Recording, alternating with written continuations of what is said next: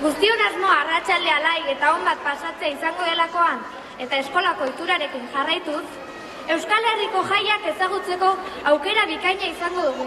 Eskolako kuadrilla parrandatzaileak herriz herri ibili ondoren aukeraketa bat egin dute, eta hona hemen denontzat prestatu dutena. Ituren eta Zubietako joalea. Gasteizko Zeledon eta Bilboko Marijaia.